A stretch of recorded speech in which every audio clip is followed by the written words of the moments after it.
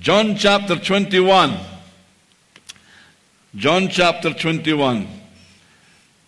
We were talking about the goodness of Jesus. You know, when many years ago we used to sing about the goodness of Jesus. When I think of the goodness of Jesus, when I think of what He has done for me, my very soul cries out. Praise God. You see, the young people don't know that song. The older people who have been in Christ a little while, when I think of the goodness of Jesus, when I think of what He's done for me, my very soul cries out. Hallelujah. Praise God. Set me free. Amen. Hallelujah. So we're going to continue speaking about the goodness of Jesus. I don't think there's any end to the goodness of Jesus. I think if we had another 10,000 years here on earth and all the Christians were speaking about the goodness of Jesus, they still couldn't come to the end of it. The goodness of Jesus, eternal. Amen. Hallelujah. Wonderful. Hallelujah. Anybody experience the goodness of Jesus? John chapter 21 and verse 15. This is when Jesus restores Peter.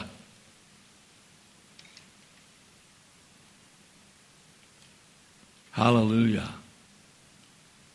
That's what we want. We want to be restored. We get born again. The people come to Christ. Their sin is taken away. They're washed clean in the blood of the Lord Jesus Christ. And their shame can be dealt with. And all the other things can be dealt with. Christ did so much more than just sin. And salvation is so much more than being born again. So much more in salvation than being born again. Hallelujah. We've got the whole package here. Hallelujah. And I've been reading, if you've been here a couple of weeks, you'll know, I've been reading John chapter 21, and I've been asking myself some questions. And then I asked you the questions, and nobody ever answered me. And I had to give you what I thought the answer was. So, are you getting ready?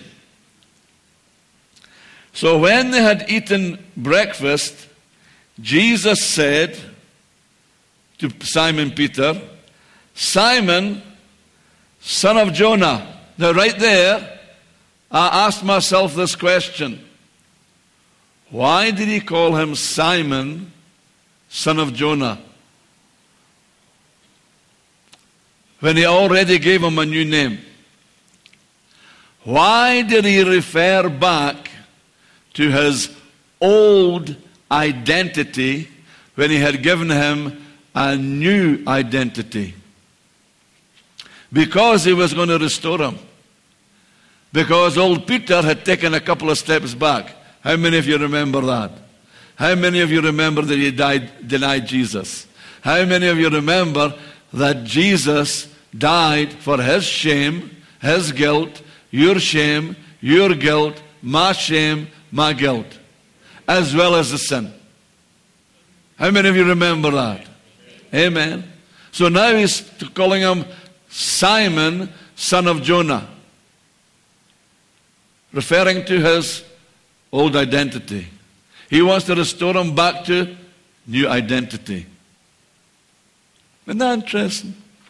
Then He asked him this question. He gave him 3 questions. Peter gave 3 answers. And Jesus gave him 3 commissions. Hallelujah. How many of you would love to be personally commissioned by Jesus Christ? All you got to do is read Matthew. It says here, do you love me more than these? So I thought to myself, what does he mean more than these? Well, some people say one thing. Some people say another thing. But now, why did Jesus ask Simon, son of Jonah, do you love me more than these? These what? What does he mean by that? What did Jesus refer to? God takes first place on our love. The Bible says, seek ye first the kingdom of God. Jesus was saying to Simon or Peter, Peter, I'm first. You have to love me more than you love these. And I don't think Peter was having a quiet conversation with Simon Peter. Says, Peter, they've all had their breakfast. And they're all sitting there, 7 of them, eating. They're sitting next to the resurrected Christ. If I was there, I would be waiting to hear what the resurrected Christ had come back from heaven, appeared to them several times over 40 days.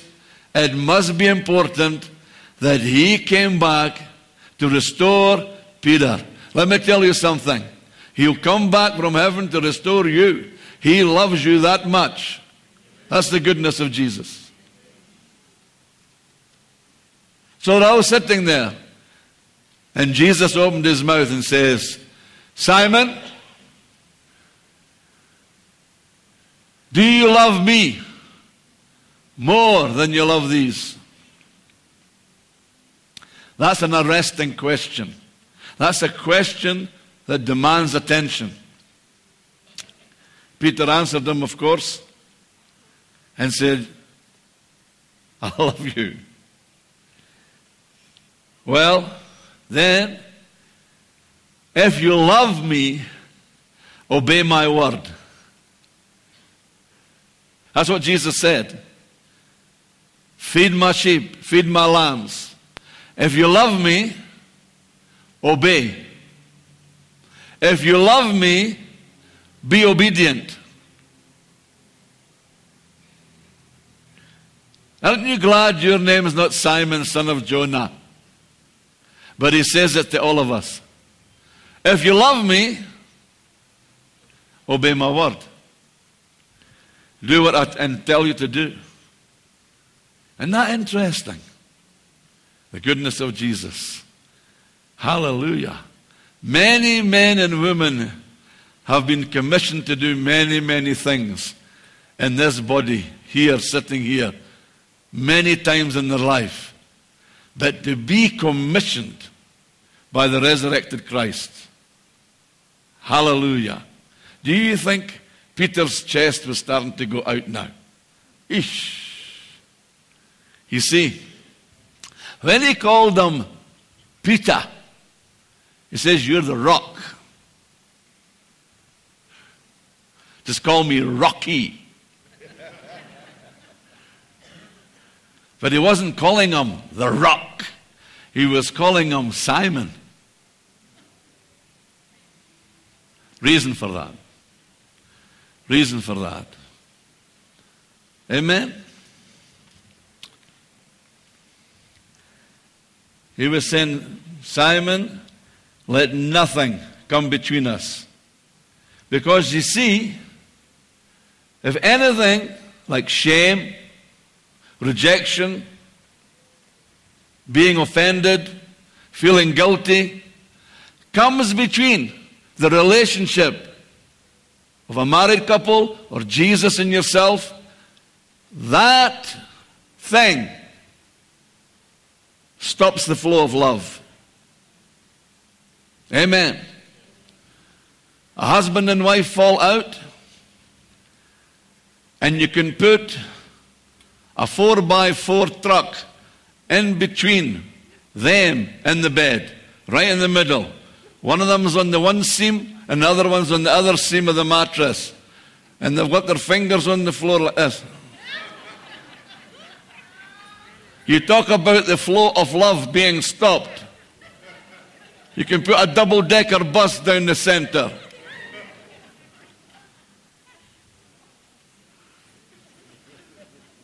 See, Jesus was trying to restore the relationship. Amen. Just look straight ahead at me. Don't go nudging people.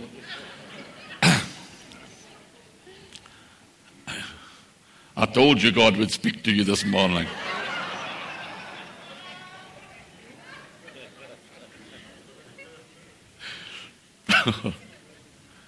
My mum was right. Get away from that. Do you love me more than these? We cannot have anything blocking that channel of love, because Peter was born again. When Jesus came into that room and breathed the Holy Spirit into him.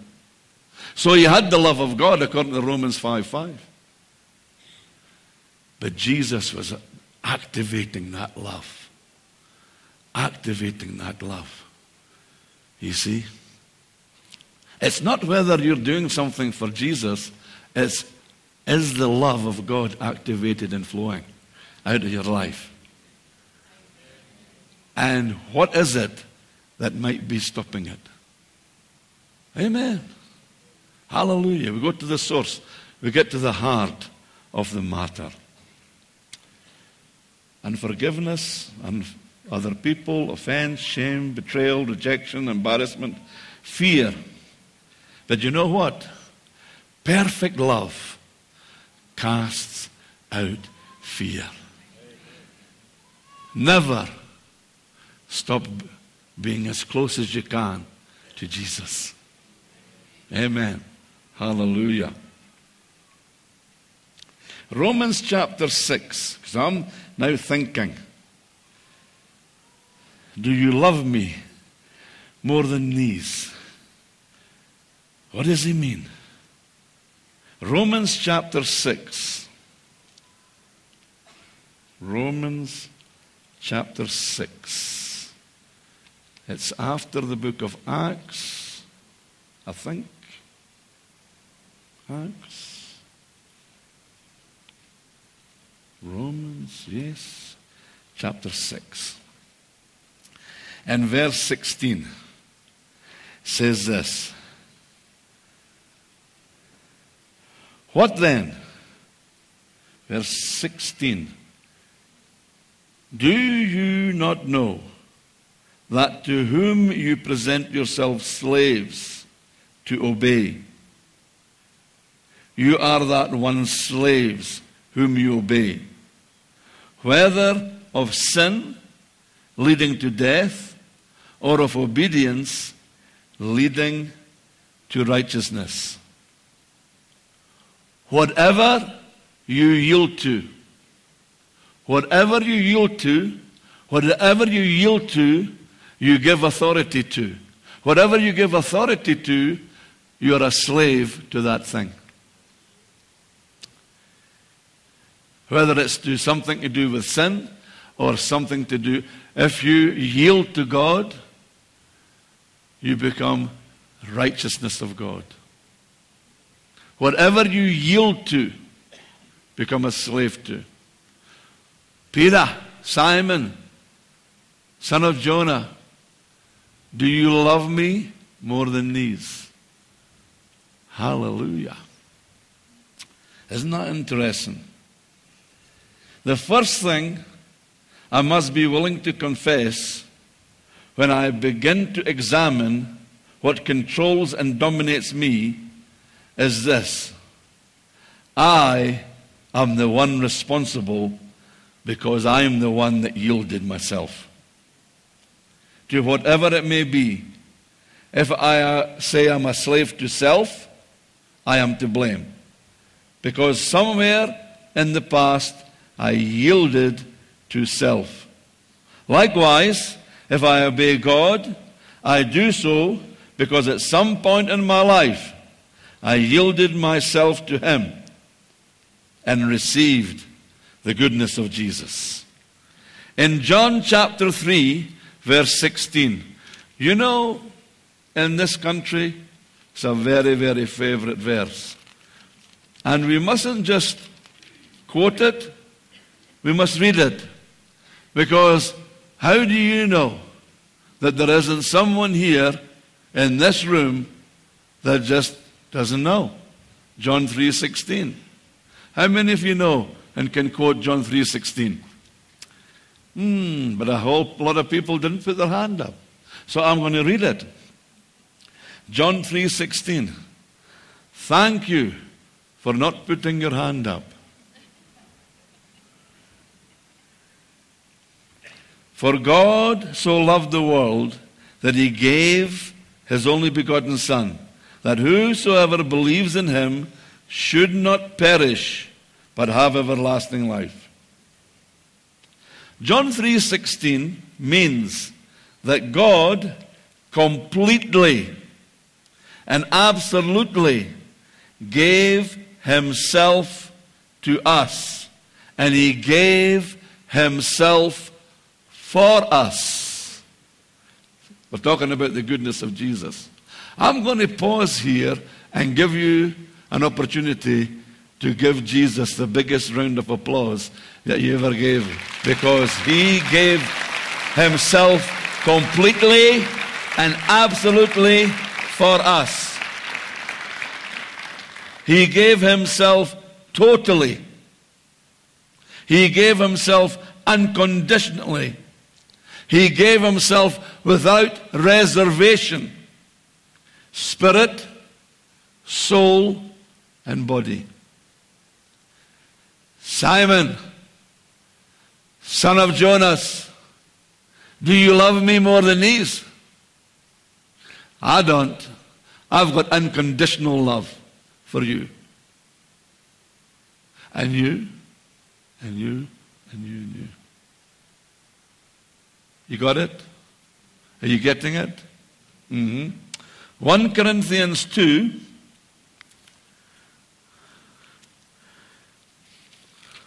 say, yeah, but I got born again and I've got salvation. That's not what all salvation is. Yeah, but I'm holiness.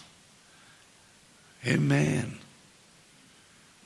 Holiness and salvation is a result of receiving Christ. Paul, who wrote 2/3 of the New Testament, said this. 1 Corinthians 2, verse 2. For I am determined not to know anything among you except Jesus Christ and Him crucified.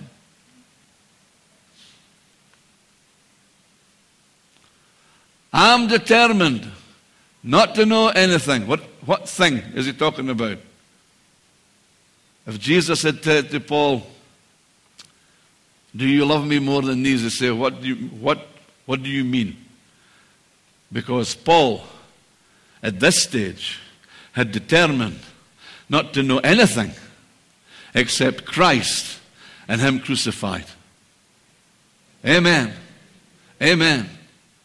We can preach about anything, but I'm determined not to know anything except Christ and Him crucified. Hallelujah. He comes first. Amen. Seek the kingdom of God first. Hallelujah. We are called to proclaim Jesus Christ and Him crucified. Simon Bar-Jonah, are you willing to give all of your life, all of the things to me? Are you willing to give up these things for me? Are you willing to put me first? Whatever's stopping that flow of love, we need to deal with it this morning, Simon. On the beach, you've eaten your fish and the bread that I cooked for you. Now let us get down to business. Do you love me? Amen. Hallelujah.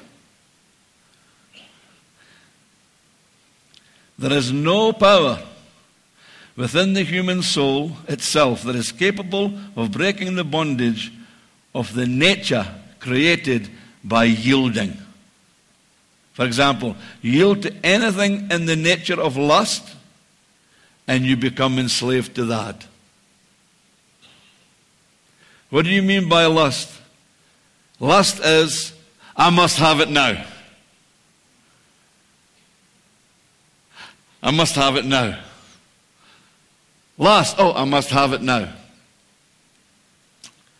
The lust of the flesh, or the lust of the mind, or the lust of the eyes. Jesus Christ crucified and rose again and brought His goodness to us to help us in these areas so that we can get rid of them and have full flow of our love to Jesus Christ. And He can have His full flow of love through us to a sighing, dying world in Jesus' name. Oh, hallelujah. Anybody with me this morning? Amen. Praise the Lord. Amen. Thank you, Lord Jesus. It is only through the power of redemption that we can be set free from domination and yield and humiliation as Simon, son of Jonah, did. Because his friends were there, the other apostles were there, another 6 of them, and in front of his peers, he confessed, Lord, I love you. Amen. Amen. Hallelujah. Jesus is great at finding out what we really have in our heart. Isn't that great?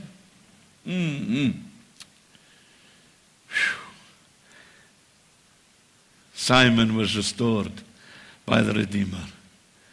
And He's going to restore people today in many areas.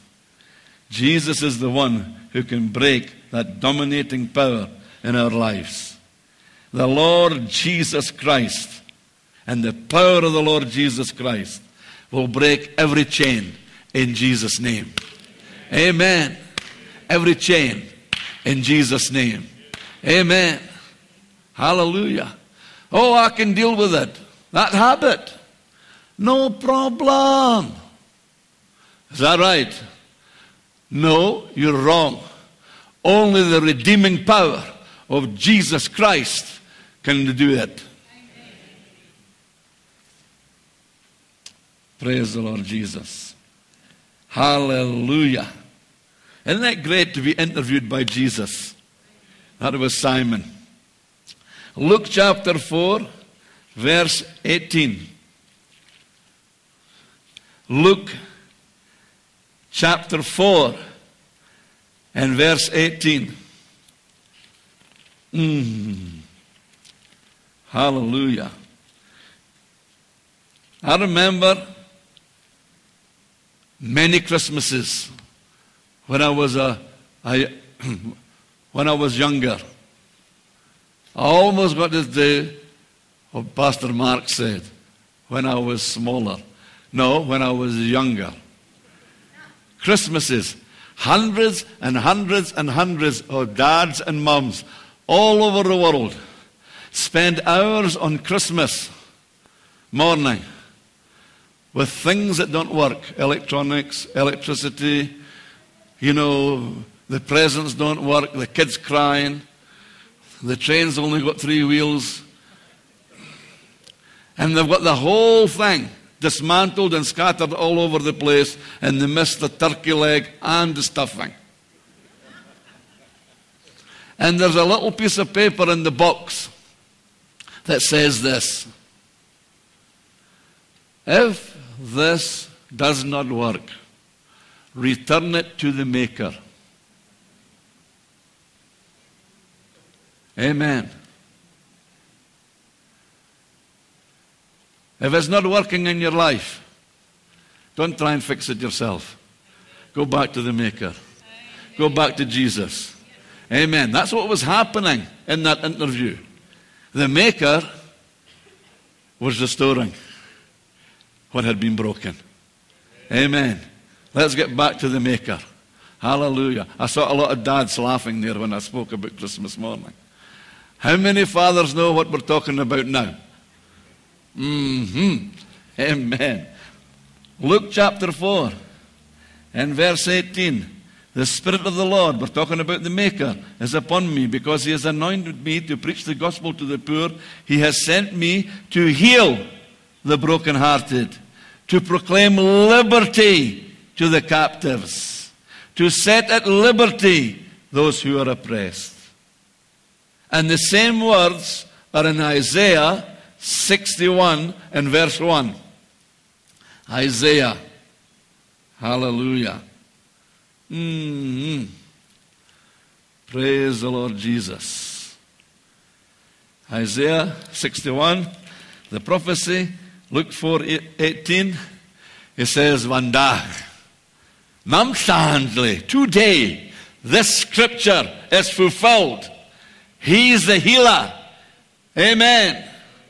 He heals the brokenhearted. He sets the captives free. I have come to set the captive free. 61 verse 1. Because the Lord has anointed me to preach good tidings to the poor. He has sent me to heal the brokenhearted, to proclaim liberty to the captive, opening of the prison to those who are bound. Hallelujah. Amen. He's the maker. You got a broken heart this morning, He fixed it. He knows how to make hearts. Hallelujah. If you've yielded to something and you don't know what to do, go to the Maker. We want that love to flow. Amen. That God kind of love. Hallelujah. Not just that, I love you with the love of the Lord. Well, that's great. But get that love flowing. Because when His love's flowing, that's the kind of love that loves the unlovely. And the people that you don't like. You just love them. Amen. Hallelujah.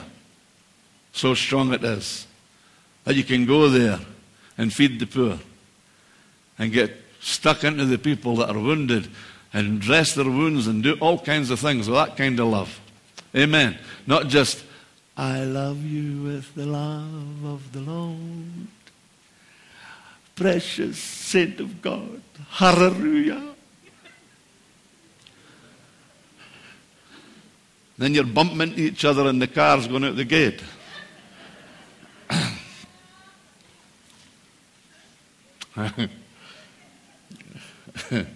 Beep, beep.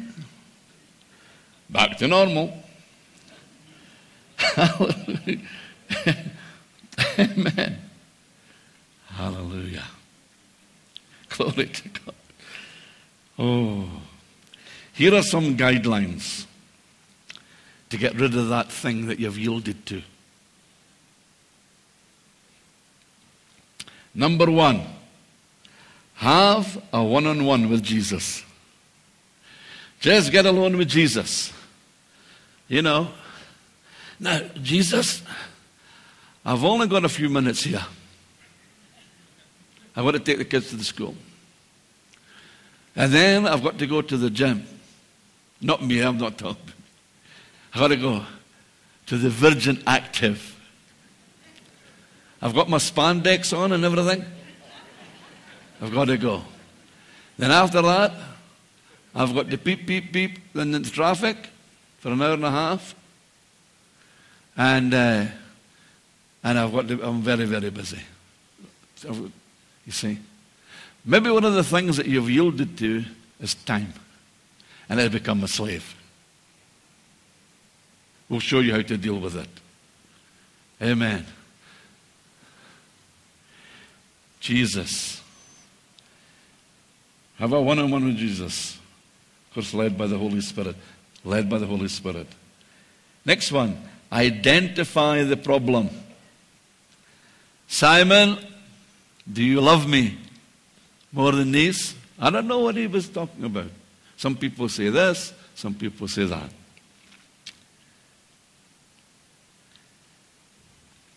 With Simon, it could have been the shame and guilt from denial. He had to get rid of that out of his life. Here are some guidelines. Praise the Lord Jesus. The notes, or the guidelines, are at this famous welcome desk that everybody talks about. Everything's at the welcome desk. The notes are there. Hallelujah. I've used this extensively over many years for many people and many things. But it started with myself. When I got born again, I listened to these tapes. It was the old cassette tapes. And I listened to them and listened to them and took notes until I had many A4, both sides notes and a big file. And I started doing it on my own. Listen to what he said, pause, wrote it down. Listen to what he said, pause, wrote it down. And then I got on my knees every day. This is when I got born again. Every day. And I sat on my knees for many days, many weeks, many months. And as the Holy Spirit taught me, I yielded this, I yielded that, I yielded this, and I yielded that. And as a result, there was a meteoric growth in the Word of God, in my spirit, and love for people. So this might help somebody. Or you may take the notes and help somebody else. Hallelujah. Praise the Lord Jesus. Right. Guidelines.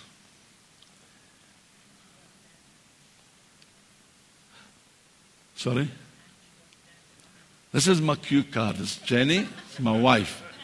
She's my, you know, us older people, we don't have digitals. We just have cue card, you know. Oh, it might have been a pastor. No. I was working down the mine. And I was traveling from here to Klerksdorp. And then I traveled from here to Velkom. And I was traveling to Klerksdorp on a daily basis, which was awesome. Because that meant that I could plug in to my teachings every day. And back again. Hallelujah. Amen. I had a big tape recorder and I had a whole box of batteries. And I used to play it because I was hands-free, right? Hallelujah. Faith, foolishness, and presumption. Come on. Come on. I'll tell you what, I had that in my ear every day. Faith, foolishness, and presumption. Praise the Lord. And all the tapes was going on. Feeding myself. I'll have a great... You guys that travel for an hour and a half, Get the teachings, get the CDs, plug it in. Amen. You've got them on your iPhone, smartphone, iPad. You can plug it in. You just put all these up-to-date cars. It goes through your sound system. And you just listen to the people, whoever it is. Instead of having an hour and a half of frustration, get the word in you. Amen. And that's what I did with this. I sat on my knees until it was time to go into the vehicle, to go to the mine, which was any time between 4:30 and 5:30. So, then I'll go. But before that, every day. Every day. Every day. Amen. So somebody said in the crowd here saying, you must have done a lot of yielding. I did. But I'm glad I did. Amen. Some of the things that people can yield to, because when you yield to a thing, you get dominated by that thing. One of the things could be money, fear of man, shame, the occult, other people, offenses. Offenses being offenses. You know, when people say, I wonder why he's off. He's off because he's offenses. And offenses always build fences. And there's a little fence around people. Amen. Back to the marriage bed.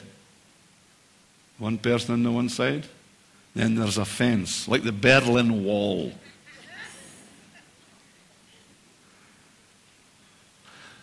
That's not for anybody here, that's someplace else that I heard about.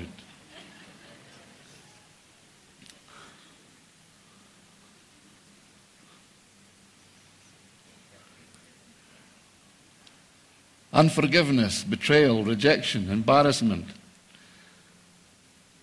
Freemasons, or any other of these things, isms that you got involved in.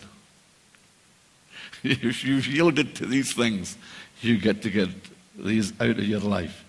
2 Chronicles chapter 6.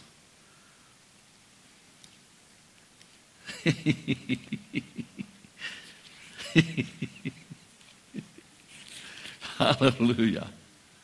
Amen. 2 Chronicles chapter 6 and verse 11. Sorry, Lord, if I stood on people's toes. I think verse 14.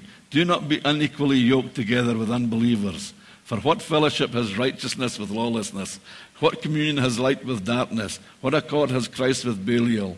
What part has a believer with an unbeliever? What agreement has the temple of God with idols? For you are the temple of the living God, as God has said, I will dwell in them and walk among them. I will be their God, and they shall be my people. Come out from among them and be separate, says the Lord. Do not touch what is unclean, and I will receive you. I will be a father to you, and you shall be my sons and my daughters, says the Lord Almighty. And this is chapter 7. He's writing to Christians. Therefore, having these promises, beloved, let us cleanse ourselves from all filthiness of the flesh and spirit, perfecting holiness in the fear of God. Some translations, they changed spirit for soul. Hallelujah. Praise the Lord Jesus. Are you ready to be helped? All right. First thing you got to do is confess. It says here in 1 John 1:9, if we confess our sins, He is faithful and just to forgive us our sins and to cleanse us from all unrighteousness. Think about the sin between Jesus and Peter, stopping the flow of love. What was it? Do you love me more than these? Could be sins of the mind, sins of the flesh, sins of the eyes. So, Lord, I confess my sin. And I thank you that you forgive my sin. Cleanse me from all unrighteousness. Lord, take away the shame and the guilt concerning it. 1 John 1:9. And then over in Nehemiah. And it's one of my favorite books is Nehemiah. You know, not a lot of people know this. This is for the new Christians.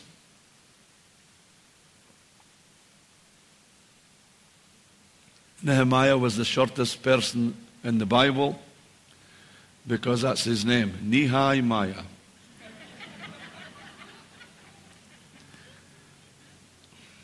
So now, Nehemiah was commissioned to rebuild the wall of Jerusalem.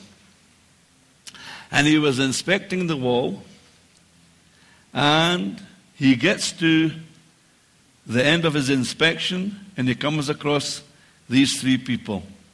Nehemiah 2 verses 19. Sanballat the Horonite, Tobiah the Ammonite, and Geshem the Arab. When they heard that they were going to build the wall, they laughed. They despised. What is this thing that you're doing? Will you rebel against the king?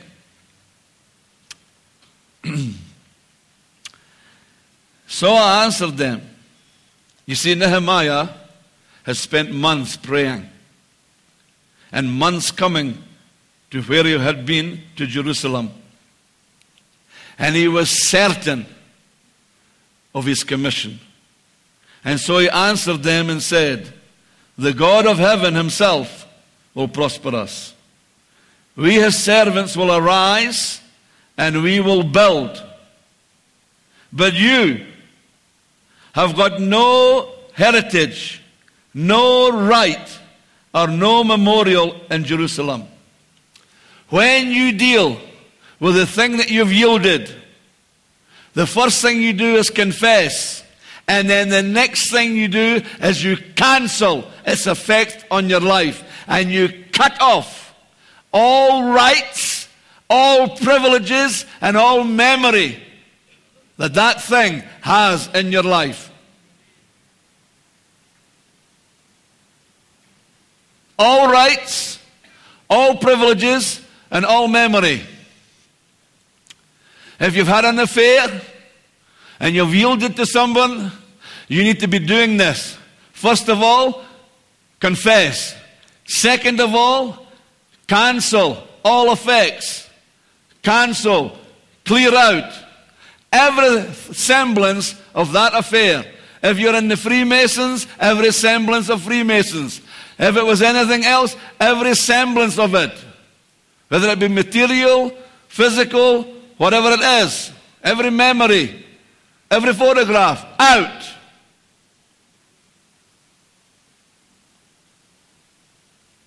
That you don't get dominated again.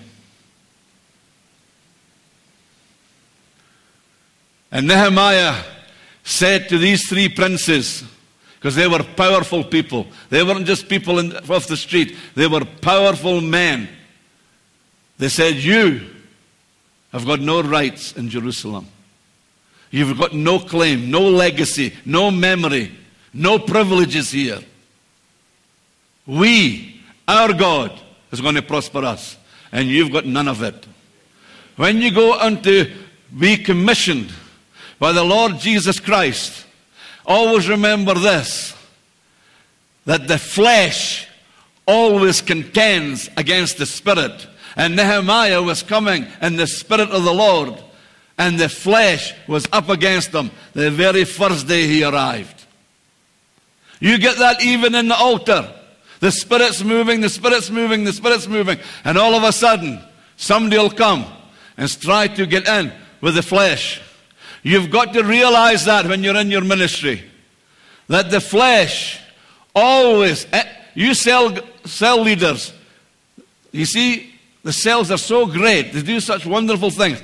you cell leaders and the people in the cells, when you're in the Spirit, remember the flesh comes to interfere with the Spirit. Hallelujah. Amen. Praise the Lord Jesus. And there are three. There are three. Doubt, unbelief, antichrist, mocking, ridicule, impeding the work of the Holy Ghost. Satan himself will try and stop that work.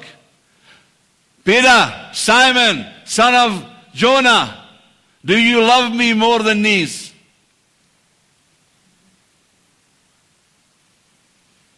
Don't let that dominate you. You need to be clear channel of love for me.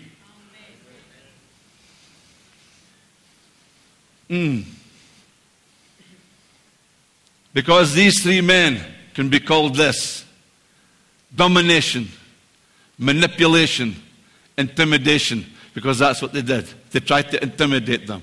They tried to manipulate them. They tried to dominate them. Domination, manipulation, intimidation, listen to me, are not in the economy of God.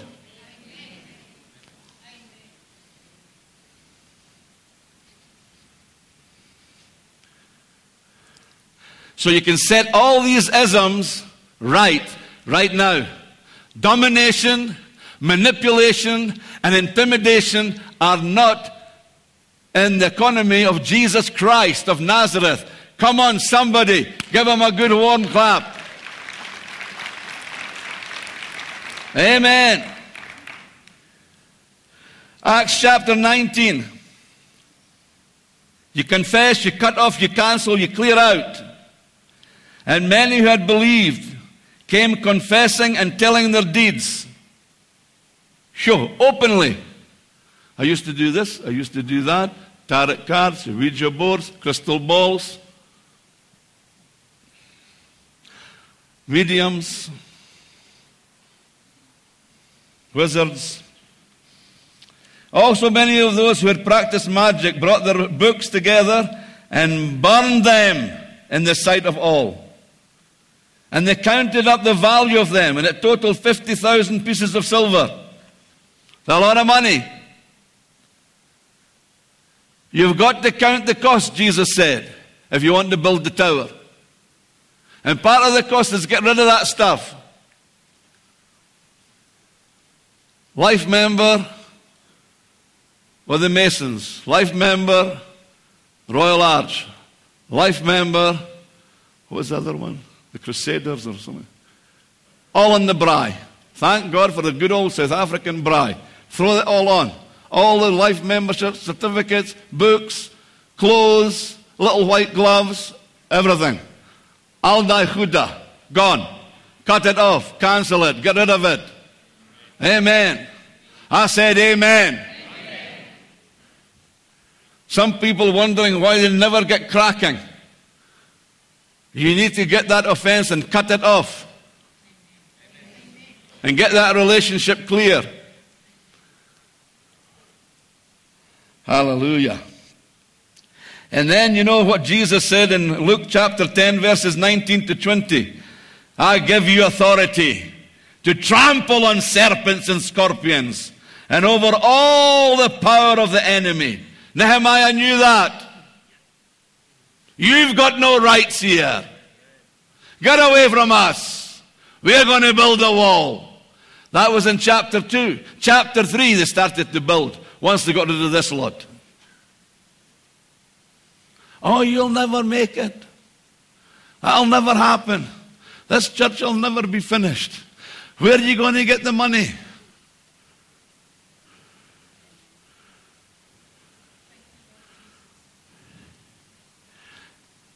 When I think of the goodness of Jesus, when I think of what He's done for you, my very soul cries out, hallelujah, praise God for saving me. Amen. That's how it gets built. By faith and the goodness of Jesus and the goodness of His people flowing through Him. Jesus' name. Hallelujah. Amen. Hallelujah.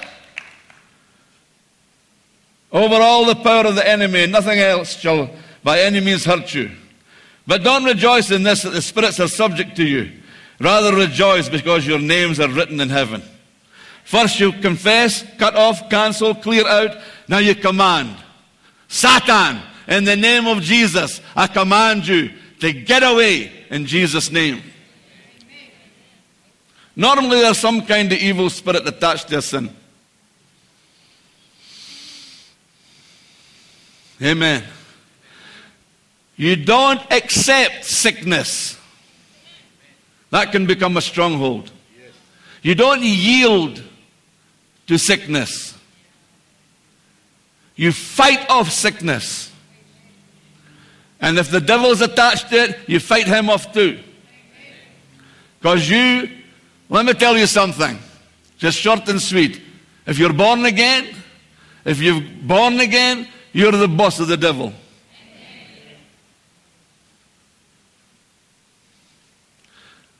All the ladies say this, ek is die baas van the devil.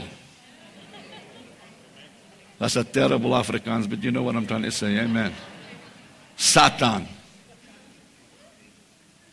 Next word, cover, Revelation 12:11. And they overcame him by the blood of the Lamb. Woo!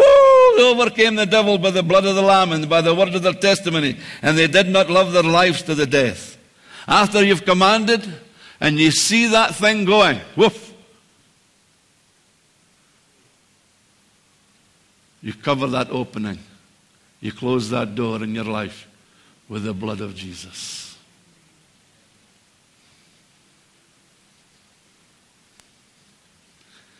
Next one, John 4:23 and 24. The hour is coming and now is when the true worshippers will worship the Lord in spirit and truth, for the Father is seeking such to worship him. God is spirit, and those who worship him must worship in spirit and truth. I'll go over here to where the band, the praise and worship group are. Let me tell you something. If you spend 1 minute dealing with the devil, you need to spend the next 10 minutes worshiping the Lord. That goes for everybody. Amen. You just lift your hands right there, wherever you are closeted with God, and you worship him. Oh, hallelujah. I thank you, Lord, that you've taken my sin away. I thank you that thing that I yielded to, I'm no longer dominated by it. I thank you that the devil has been dealt with in the name of Jesus. I thank you that thing is cut off, cancelled, commanded. I'm cleansed.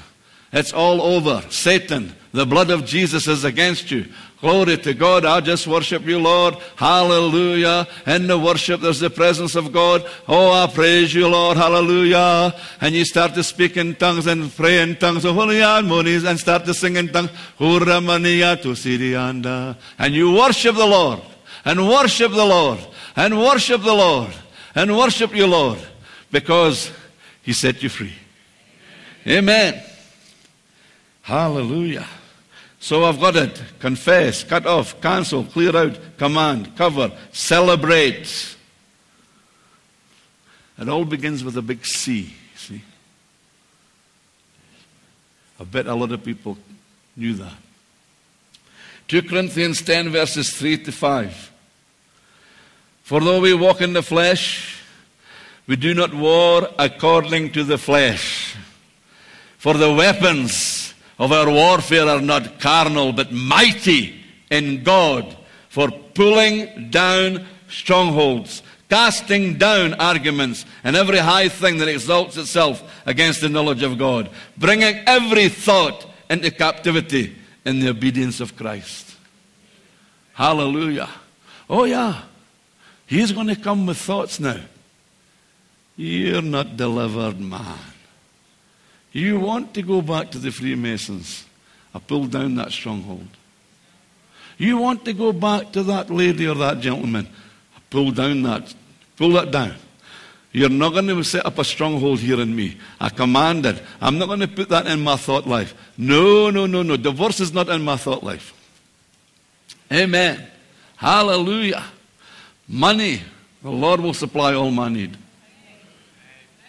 Amen. I'm not ashamed. Amen. Perfect love casts out fear. Amen. Oh no, but you must be afraid of that guy. He's the boss. I'll respect him, but I fear God more than I fear anybody else. That's all right for you to be like that, a pastor. No, I wasn't a pastor. I wasn't born a pastor. I've only been a pastor for a little while, 26, 27 years. Worked down the mine. You know that song, From the Miry Clay to the Rock? That's me. I'm a miner. That was me. I was down there, the miry clay. I was put on the rock. Hallelujah. I'm on the rock. Hallelujah. I'm not an IT guy. I'm down the mine, miry clay. They're looking at me over here. Woo! Hallelujah. Yield to Jesus. And that yielding to Jesus will break every kind of slavery in anyone. Fill your life with Jesus. Yield not to those things that enslave you and keep you from doing the Master's bidding. And the flow of His love and the goodness of Jesus. Amen. You can pick up the notes over there. Father, in the name of Jesus, I just pray for your precious people this morning. I just pray over each and every one of them, Lord. I pray that they've heard that they have got good news, that not only did it take our sin and take our shame, but those things that have been dominating us for years, we can cut off, we can cancel, we can be cleansed, we can be rid of. We can shout the victory through the blood of Jesus. Only through the Redeemer. It's possible. Lord, I praise you. Hallelujah. We sing, I surrender, I surrender, I surrender. But you know what? We don't know how to surrender. But we've been taught this morning one of the ways to do it. How to cut off that dominating things that's not a part of the economy of Jesus Christ. Oh, ladies and gentlemen, boys and girls, why don't we stand in front of God and give Him praise and thanksgiving for the wonderful name of Jesus, the Redeemer, the one who was crucified, who rose again. Lord, I thank you. I thank you. I thank you that you break every chain, every chain, every chain. Start praising Him. Start worshiping Him. Every chain, every chain, every chain. There's not one chain. Amen. Hallelujah. Oh, hallelujah. Thank you, Lord Jesus. Though that chain of rejection will be broken in Jesus' name.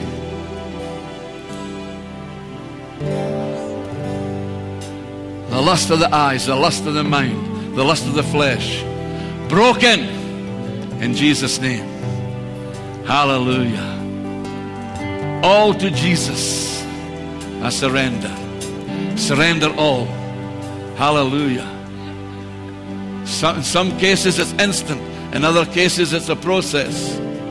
But you've got the tools. You've got the materials. We put them in your hand. You just get on your knees. You worship God and you ask Him, show me. Don't be pushed. Don't be driven. Be led. Show me. And then you can be set free.